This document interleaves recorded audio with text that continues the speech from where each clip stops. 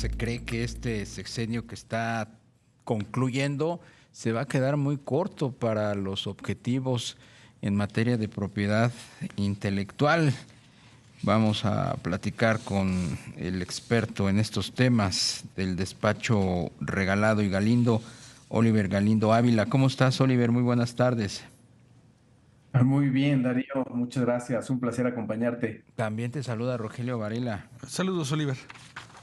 No Hola, Rogelio, se, ¿cómo estás? no se avanzó mucho en materia de ciencia, innovación y propiedad intelectual, ahora que se habla, bueno, no se habla, se va a crear ya una secretaría que va a abordar parte de estos temas. Pues se espera avance en el próximo sexenio con una científica al frente, pero en el saldo del sexenio que termina, sin duda podemos decir que no hubo avances significativos. Es más, yo creo que claramente las cifras muestran un deterioro. En ciencia y tecnología particularmente, pues ha habido una disminución importante en presupuestos, transformaciones de dudosa conveniencia como la desaparición de fideicomisos en el CONACYT. Y en la materia que yo conozco mejor, que es propiedad intelectual, también diría que se quedó a deber. Se quedó a deber bastante porque los organismos encargados de velar por la propiedad intelectual, y muy concretamente lo que menciona en la columna de hoy en el Financiero, el INPI, el Instituto Mexicano de la Propiedad Industrial, no han tenido, yo creo, avances importantes en su función. Ese es el tema que nos preocupa ahorita, Darío. Exactamente. Oliver, ¿y cómo medir pues el desempeño del INPI en esta administración que está por terminar? Bueno, Rogelio, el INPI publica desde hace muchos años cada año sus cifras, las hace públicas y ahí va mostrando pues el número de trámites que van ingresando, también cómo resuelve los asuntos. Y lo que vemos claramente es un rezago muy importante, que además no fue el único caso del INPI, fueron muchas dependencias que se generó por la época de la pandemia. Sin embargo, después de la pandemia viene una recuperación muy lenta y que francamente no llega a las cifras que se tenían al inicio del sexenio en 2018. Este rezago muy importante empieza a generar inconformidades. De manera muy sonada, empiezan a haber inconformidades por parte del gremio de los abogados de propiedad intelectual, que en este caso se agremian en una asociación que se llama la AMPI, y la AMPI manifiesta que hay un rezago muy importante, especialmente en materia de litigios. Los litigios que resuelve el INPI está tardando en muchos casos más de 6 años en resolverlos. 6 años nada más en primera instancia, en el INPI, más lo que sigue en las apelaciones, en el amparo. Entonces, cuando tú tienes un asunto de propiedad intelectual en donde estás tratando de hacer valer el derecho de tu marca, de tu patente, de tu invención, y sabes que te vas a tardar cuando menos 10 años en que te resuelvan el asunto, pues eso es básicamente una denegación del acceso a la justicia. Afecta el funcionamiento de todo el sistema y por eso es que se han quejado, pues, infinidad de personas. El gremio de abogados de propiedad intelectual son unos, pero también los Estados Unidos, de manera oficial y por canales diplomáticos, ya se han quejado del rezago que sufre el INPI en este sector y por eso también es una parte importante de resolver en vísperas de la revisión del TEMEC en 2026.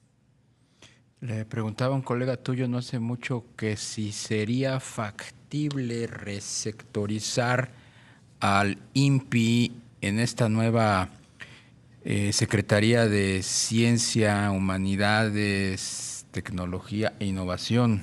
Y me decía que no sería necesariamente lo mejor. ¿Tú qué opinas?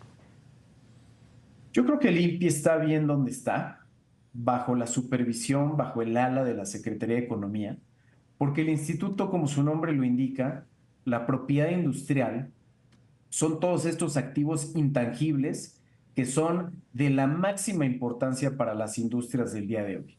El día de hoy las industrias ya no se miden en ver quién tiene más fierros, como decimos en el argot, quién tiene más activos físicos, se miden sabiendo quién tiene los activos intangibles más valiosos. Entonces, cuando una empresa nacional o extranjera está pensando en realizar una inversión en un país, uno de los primeros aspectos que tiene que revisar es, en ese país, ¿se me van a reconocer y se van a respetar mis derechos de propiedad intelectual, que son los activos más importantes de mi empresa? Y si la respuesta es positiva y digo, en ese país es un país con buenas calificaciones donde se respeta la propiedad industrial, entonces eso ya es un gran paso para que la inversión vaya adelante. Por eso ahí podemos ver cómo hay una íntima relación entre las funciones que tiene el Instituto Mexicano de la Propiedad Industrial y la función de la Secretaría de Economía. Si la Secretaría de Economía quiere garantizar que hayan inversiones en el país, sobre todo en el contexto del nearshoring, tiene que voltear a ver necesariamente al Instituto Mexicano de la Propiedad Industrial y atender este sector que me parece que en el sexenio pasado se ignoró, digamos, en el mejor de los casos. O sea, no quiero decir tampoco que se intentó destruirlo como ha pasado en otros países, pero sí no se le dio la atención debida y es algo que nos va a pasar la factura y que seguramente nuestros socios comerciales van a subrayar en la revisión del TEMEC en 2026. Oliver, a propósito de los activos intangibles que nos refieres, ¿qué ha pasado con el registro de patentes mexicanas? Sigue sin crecer, no hay gran novedad ahí en el frente. Ese es un problema bastante añejo. Yo creo que no se ha podido resolver en ninguna de las administraciones de las que tengo memoria. Algunos lo han intentado con mayor intensidad que otros buscar que haya más patentes mexicanas. Lo cierto es que más del 90% de las patentes que están vigentes en el país y que se ingresan año con año en México son de origen extranjero, cuando en otras economías, como es el caso de Japón, Alemania, digo, gran contraste con ellos, que son fuertes innovadores, la cifra es al revés. La gran mayoría de las patentes que tienes son de origen nacional. Si queremos que los mexicanos patenten más, tenemos que fortalecer, desde luego, la educación, tenemos que darle a los ingenieros del país, tenemos que producir más ingenieros, tenemos que darles las herramientas para que puedan patentar sus invenciones y tenemos que entender que no van a empezar haciendo patentes muy complejas, pero tenemos que darles las herramientas para que accedan a las pequeñas patentes que son los modelos de utilidad.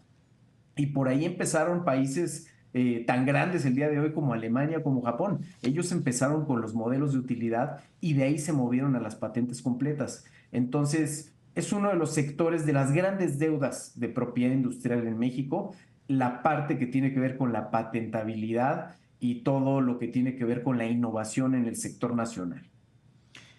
Pues te queremos apreciar mucho la oportunidad de platicar contigo, Oliver Galindo, experto en propiedad intelectual del Bufete Regalado y Galindo. Muchas gracias, buenas tardes. Al contrario, Darío, Rogelio, un gusto saludarlos y también a su público. El gusto es nuestro.